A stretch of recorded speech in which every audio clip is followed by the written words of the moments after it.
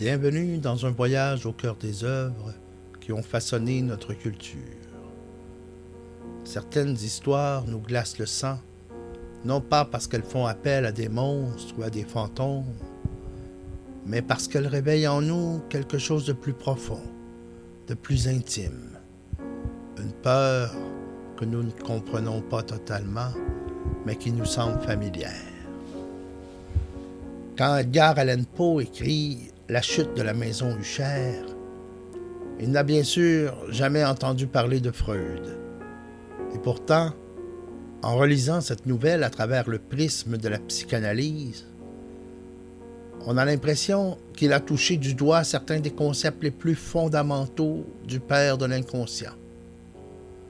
La fragmentation du moi, le retour du refoulé et cette inquiétante étrangeté qui fait vaciller la frontière entre le réel et le cauchemar.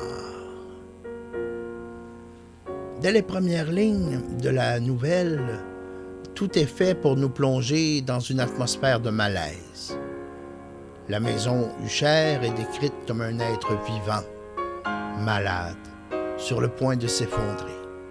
Ses murs sont lézardés, une fissure court sur sa façade et elle semble refléter l'état mental de son occupant principal, Roderick Usher. Dans une lecture psychanalytique, la maison Usher n'est pas simplement un décor gothique, mais elle est une métaphore de l'esprit. La fissure qui la traverse symbolise une psyché fracturée, un moi qui ne parvient plus à se maintenir. Roderick Usher vit reclus dans une hypersensibilité maladive.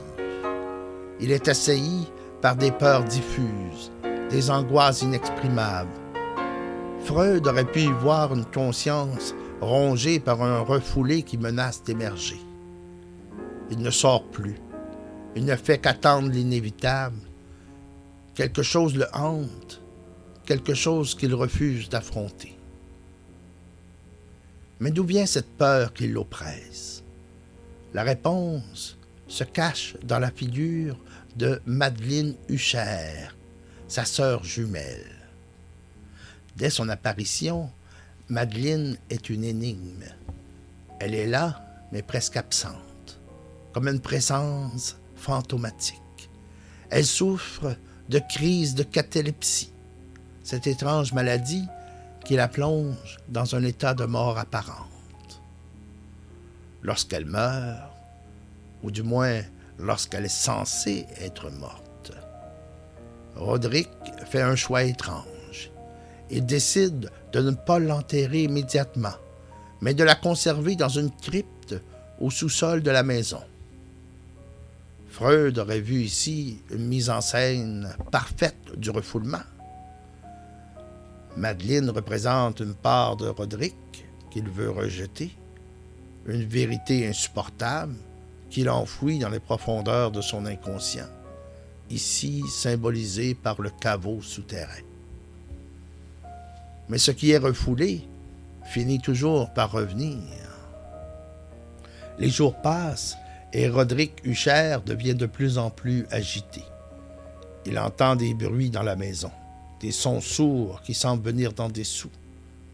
Son anxiété grandit, jusqu'à ce qu'il avoue dans un moment de panique, il sait qu'il a enterré Madeleine vivante. Et au même instant, elle revient. Dans un paroxysme d'horreur, Madeleine surgit, ensanglantée, les yeux fous.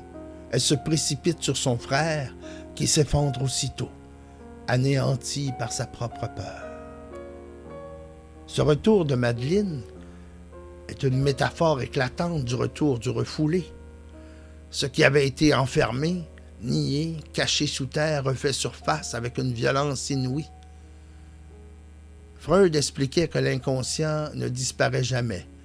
Il se transforme en symptômes, en angoisse, en obsession, jusqu'à ce qu'il prenne le dessus et détruise celui qui a voulu l'ignorer.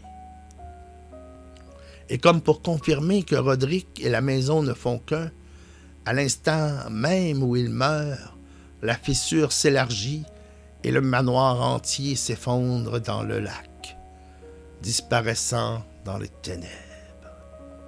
Le moi n'a pas résisté, la psyché s'est désintégrée.